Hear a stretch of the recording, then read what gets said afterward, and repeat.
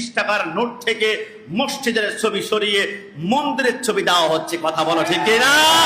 সব বরদাস্ত করা যায় ভাই, এটা তো বরদাস্ত করতে পারি না। 20 টাকার নোট থেকে তুমি মন্দিরের ছবি লাগিয়ে দিলে। কান্তজিউ মন্দির, কান্তজিউ মানে কি জানেন আপনার? কান্ত শব্দের অর্থ হচ্ছে কৃষ্ণ, আর জিউ শব্দের অর্থ হচ্ছে আপনার চিরজীবী হও। কান্তজিউ মানে কৃষ্ণ, তুমি চিরজীবী হও।